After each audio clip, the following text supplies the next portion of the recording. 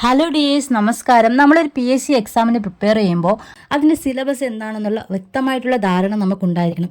പണ്ടൊക്കെ നമ്മൾ സിലബസ് എടുത്തിട്ട് എഴുതി വെക്കാറുണ്ടായിരുന്നു. അപ്പോൾ അത് നല്ലൊരു കാര്യമായിട്ട് തോന്നുന്നില്ല. കാരണം കുറച്ച് നാൾ കഴിയുമ്പോൾ അത് ചിലപ്പോൾ മോശമായി പോകാനും മിസ്സായി പോകാനൊക്കെ ചാൻസ് ഉണ്ട്. അതുകൊണ്ട് തീർച്ചയായിട്ടും നമ്മൾ സിലബസ് പ്രിൻ്റ് എടുത്ത് വെക്കുന്നതാണ് ഏറ്റവും ബെറ്റർ ആയിട്ടുള്ള ഒരു ഓപ്ഷൻ.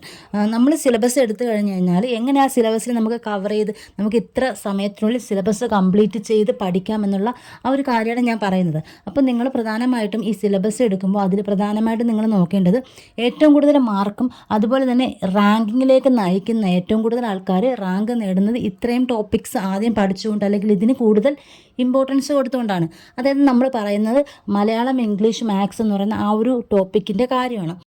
അപ്പോൾ മാത്സിൻ്റെ കാര്യം എടുക്കുകയാണെങ്കിൽ 10 മാർക്കാണ്. അതിൽ 5 മാർക്ക് മെൻ്റൽ എബിലിറ്റിയും അതുപോലെ തന്നെ 5 മാർക്ക് സിമ്പിൾ അരിത്തമെറ്റിക് എന്ന് പറയുന്ന ലഘുഗണിതം എന്ന് പറയുന്ന ഒരു പോർഷനുമാണ്. അപ്പോൾ മാത്സ് കൂടുതലായിട്ട് നന്നായിട്ട് അറിഞ്ഞിടാത്ത ഒരുപാട് ആൾക്കാരുണ്ടായിരിക്കും. ഈ 10th ലെവൽ ക്വാളിഫിക്കേഷനുള്ള എക്സാമൊക്കെ എഴുതുന്നവർ ഒരുപാട് മാത്സ് പാടായിട്ടുള്ള ആൾക്കാരുണ്ടായിരിക്കും. ഈ മാത്സ് നന്നായിട്ട് പഠിച്ചെഴുതുന്ന, അതിൽ മാത്സിനോട് കൂടുതൽ ഇൻട്രസ്റ്റ് ഉള്ള, നന്നായിട്ട് എല്ലാ ക്വസ്റ്റ്യൻസും ആൻസർ ചെയ്യാൻ പറ്റുന്ന ഒരുപാട് ആൾക്കാരുണ്ടായിരിക്കും. അവരൊക്കെ പ്രത്യേകിച്ച് മാർക്ക് കൂടുന്നത് അവർക്ക് മാത്സിലൂടെയൊക്കെയാണ് അവർ റാങ്ക് നേടുന്നതൊക്കെ ഈ മാത്സിൽ കൂടുതൽ സ്കോർ ചെയ്തുകൊണ്ടാണ്.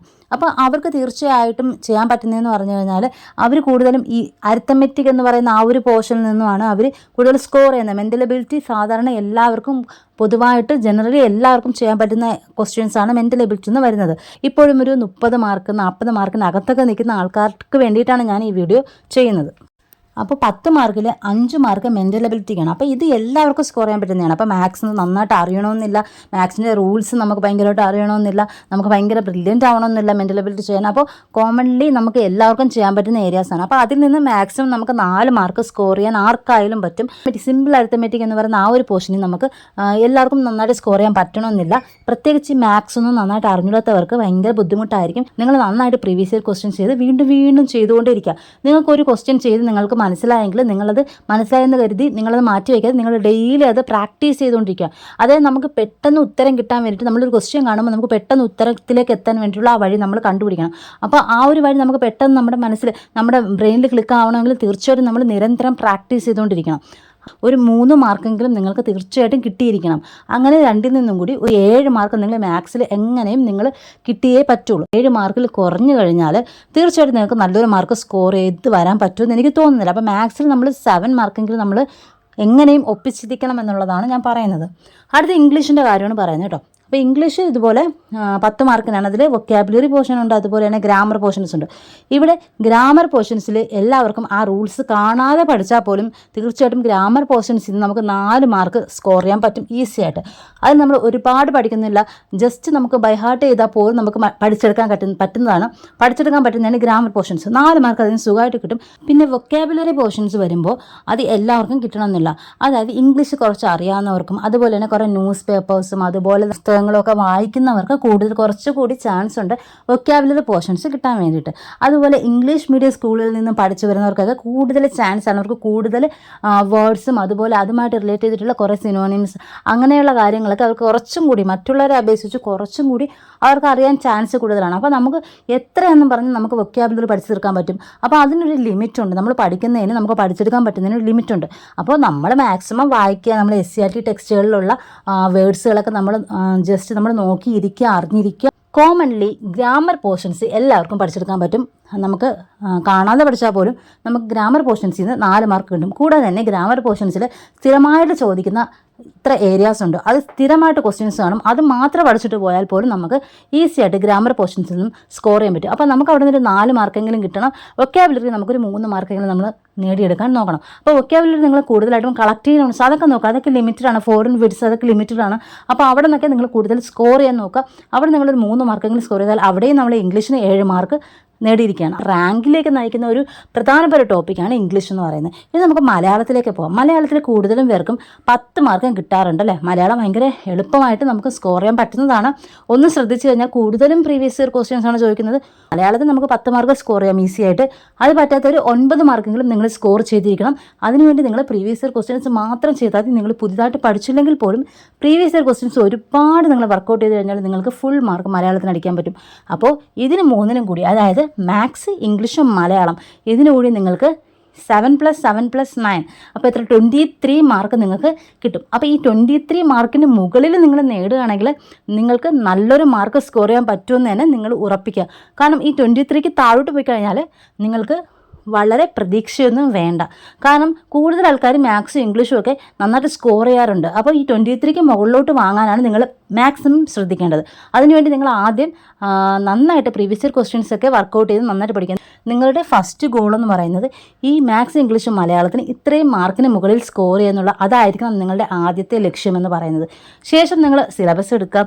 സിലബസ് എടുക്കുമ്പോൾ നിങ്ങൾക്ക് അതിൽ കാണാൻ പറ്റുന്ന ഏറ്റവും മാർക്ക് കൂടുതലുള്ള അല്ലെങ്കിൽ നമുക്ക് ഏറ്റവും കൂടുതൽ സ്കോർ ചെയ്യാൻ പറ്റുന്ന ഏരിയാസ് എന്ന് പറയുന്നതാണ് സുപ്രധാന നിയമങ്ങൾ. അപ്പോൾ ഇതിനകത്ത് വിവരാവകാശ നിയമം, അതുപോലെ തന്നെ ചിൽഡ്രൻസുമായിട്ട് ബന്ധപ്പെട്ടുള്ളത്, വുമൻസുമായിട്ട് ബന്ധപ്പെട്ടുള്ളത്, സീനിയർ സിറ്റിസണുമായിട്ട് ബന്ധപ്പെട്ടുള്ളത്, മനുഷ്യാവകാശ കമ്മീഷൻ, വനിതാ കമ്മീഷൻ. അപ്പോൾ ഇതിൽ നിന്ന് നിങ്ങൾക്ക് ഫുൾ മാർക്ക് സ്കോർ ചെയ്യാൻ പറ്റണം. അപ്പോൾ അങ്ങനെ പറ്റുന്ന ഒരു ഏരിയ തന്നെയാണ് സുപ്രധാന നിയമങ്ങൾ. നിങ്ങൾ ഇതിന് വേണ്ടിയിട്ട് കുറച്ച് സമയം കളഞ്ഞാലും നിങ്ങൾക്ക് ഫുൾ മാർക്ക് കിട്ടുമെന്ന് ഉറപ്പുള്ള ഒരു ഏരിയയാണ് കേരളം ഭരണ സംവിധാനം. അപ്പോൾ ഈ ഒരു ടോപ്പിക്കിൽ നമ്മൾ കൂടുതൽ പഠിച്ചു കഴിഞ്ഞാൽ, അല്ലെങ്കിൽ ഈ ഗവൺമെൻറ്റിൻ്റെ വെബ്സൈറ്റുകളിലൊക്കെ കയറി ഡേറ്റാസൊക്കെ എടുത്തിട്ട് നമ്മൾ അങ്ങനെ പഠിച്ചു കഴിഞ്ഞാൽ ഇതിൽ നിന്നും നമുക്ക് ഫുൾ മാർക്ക് സ്കോർ ചെയ്യാൻ പറ്റുമെന്നുള്ളത് ഉറപ്പാണ്. ഞാനവിടെ എഴുതിയിൽ ചെറിയൊരു മിസ്റ്റേക്ക് ഉണ്ട്, ക്ഷമിക്കുക. അടുത്ത് ഞാൻ പറയുന്നത് കോൺസ്റ്റിറ്റ്യൂഷനാണ് കേട്ടോ. അപ്പോൾ നമ്മൾ പഠിച്ചു കഴിഞ്ഞാൽ ഫുൾ മാർക്ക് സ്കോർ ചെയ്യാൻ പറ്റുന്ന മറ്റൊരു ഏരിയയാണ് കോൺസ്റ്റിറ്റ്യൂഷൻ. അപ്പോൾ നമുക്ക് 5 മാർക്ക് അവിടെ നിന്ന് ഫുൾ മാർക്കും കിട്ടാൻ ചാൻസുള്ള ഏരിയയാണ്. അത് കഴിഞ്ഞിട്ട് വരുന്ന എക്കണോമിക്സ്. അപ്പോൾ ഇവിടെ നമുക്ക് എക്കണോമിക്സിൽ ഇപ്പം കുറച്ചും കൂടി ക്വസ്റ്റ്യൻസ്, പണ്ടൊക്കെ എളുപ്പമുള്ള ക്വസ്റ്റ്യൻസ് ആയിരുന്നു, അപ്പോൾ പക്ഷേ ഇപ്പോൾ കുറച്ചും കൂടി അഡ്വാൻസ്ഡ് ആയിട്ട് ചോദിക്കാറുണ്ട്. അത് തീർച്ചയായിട്ടും നിങ്ങൾ NCERT ടെക്സ്റ്റുകളെ കൂടുതൽ ഇമ്പോർട്ടൻസ് കൊടുത്ത് പഠിച്ചു കഴിഞ്ഞാൽ തീർച്ചയായിട്ടും ഈ നമുക്ക് ഈ എക്കണോമിക്സിൽ ഫുൾ മാർക്ക് സ്കോർ ചെയ്യാൻ പറ്റും. എന്നാൽ പോലും എക്കണോമിക്സിൽ നന്നായിട്ട് അഡ്വാൻസ്ഡ് ക്വസ്റ്റ്യൻ ചോദിക്കുന്നത് കൊണ്ട് തന്നെ നിങ്ങൾ 1 മാർക്ക് പോലും അതിൽ കുറച്ചാൽ പോലും നിങ്ങൾക്ക് 4 മാർക്ക് എന്തായാലും തീർച്ചയായിട്ടും അവിടെ സ്കോർ ചെയ്യാൻ പറ്റുന്നതാണ്. അത് കഴിഞ്ഞ് നിങ്ങൾ ഇമ്പോർട്ടൻസ് കൊടുക്കേണ്ടത് ബയോളജിക്കാണ്. അതായത് ജീവശാസ്ത്രം, പൊതുജന ആരോഗ്യം എന്ന് പറയുന്ന ഒരു ടോപ്പിക്ക്. അപ്പോൾ അതിൽ നമുക്ക് 6 മാർക്കാണ് വരുന്നത്. വളരെ എളുപ്പമാണ് നമുക്ക് പഠിച്ചെടുക്കാൻ. പ്രത്യേകിച്ച് ഫിസിക്സ്, കെമിസ്ട്രിയൊക്കെ അപേക്ഷിച്ച് കുറച്ചും കൂടി എല്ലാവർക്കും കുറച്ചും കൂടി ഇൻട്രസ്റ്റിംഗ് ആയിരിക്കും ഈ ഒരു ടോപ്പിക്ക് പഠിക്കാനൊക്കെ. അപ്പോൾ ഒരുപാട് പദ്ധതികളൊക്കെ ഇതിനകത്ത് വരുന്നുണ്ട്, പൊതുജന ആരോഗ്യം എന്ന് പറയുന്ന ആ ഒരു ഇതിൽ. അപ്പോൾ അതൊക്കെ നിങ്ങൾ നന്നായിട്ട് പഠിച്ചു കഴിഞ്ഞാൽ അതിൽ നിന്ന് നമുക്ക് മാക്സിമം മാർക്ക് സ്കോർ ചെയ്യാൻ പറ്റും. അതിനുശേഷം മാത്രം നിങ്ങൾ വേൾഡ് ഹിസ്റ്ററിയിൽ, അതിനിടയ്ക്ക് ഒരു കാര്യം പറഞ്ഞോട്ടെ, വേൾഡ് ഹിസ്റ്ററിയിൽ വേൾഡ് ഹിസ്റ്ററി എന്ന് പറയുന്ന ചെറിയ ടോപ്പിക് ഉണ്ട്. അപ്പം നമുക്ക് ഹിസ്റ്ററിയിൽ ഒരുപാട് ഇന്ത്യൻ ഹിസ്റ്ററിയും കേരള ഹിസ്റ്ററിയും ഒരുപാട് പഠിക്കാനുണ്ട്. അതിൽ നിന്നൊക്കെ ഡിഫറൻ്റ് ആയിട്ട് കുറച്ച് ഏരിയാസിൽ നമുക്ക് മാർക്ക് സ്കോർ ചെയ്യാൻ പറ്റുന്ന ഒരു ടോപ്പിക്കാണ് വേൾഡ് ഹിസ്റ്ററി എന്ന് പറയുന്നത്. അപ്പോൾ നിങ്ങൾ ഹിസ്റ്ററിയിൽ നിന്നും ആ വേൾഡ് ഹിസ്റ്ററി മാത്രം എടുത്തിട്ട് നന്നായിട്ടൊന്ന് പഠിച്ചു വയ്ക്കുക. അതിലെ മാർക്ക് നിങ്ങൾക്ക് സ്കോർ ചെയ്യാൻ പറ്റും. അത് എത്ര മാർക്കിന് വേൾഡ് ഹിസ്റ്ററിയിൽ ചോദിക്കുന്നതിനേക്കാൾ ഉപരി നമുക്ക് ചോദിക്കുന്ന ക്വസ്റ്റ്യൻസ് എല്ലാം നമുക്ക് അറ്റൻഡ് ചെയ്യാൻ പറ്റുന്നതാണ്. അതുകൊണ്ട് അതിനുശേഷം നിങ്ങൾ പഠിക്കേണ്ടത് ഫിസിക്സും കെമിസ്ട്രിയും IT-യുമാണ്.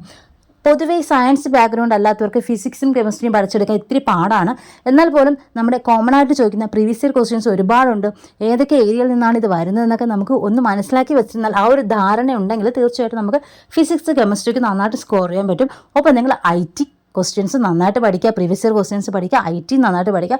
മാർക്ക് കുറവാണെന്ന് കരുതി IT-യെ മാറ്റരുത്. കാരണം അങ്ങനെ ഞാൻ ഒരുപാട് പ്രാവശ്യം IT മാർക്ക് കുറവാണല്ലോ എന്ന് കരുതി ഞാൻ ഒരുപാട് പ്രാവശ്യം സ്കിപ്പ് ചെയ്യാറുണ്ടായിരുന്നു. പക്ഷേ അത് വലിയ മണ്ടത്തരമാണ്. ചിലപ്പോൾ നമുക്ക് എഴുതാൻ പറ്റുന്ന രീതിയിലുള്ള ക്വസ്റ്റ്യൻസ് ആയിരിക്കും വരുന്നത്. നമ്മൾ ജസ്റ്റ് വായിച്ച് പോയാൽ പോലും കിട്ടുന്ന ക്വസ്റ്റ്യൻസ് ആയിരിക്കും. ആയിട്ട് പഠിക്കുക. അടുത്തത് ഞാൻ പറയാൻ പോകുന്നത്, ഇതിൻ്റെ എല്ലാ ഇമ്പോർട്ടൻസ് ഒരുമിച്ച് കറണ്ട് അഫെയറിന് കൊടുക്കുക. കാരണം അത് അത്ര ഇമ്പോർട്ടൻ്റ് ആയിട്ടുള്ള കാര്യമാണ്. 20 മാർക്ക് എന്ന് പറയുന്നത് നിസ്സാര കാര്യമല്ല.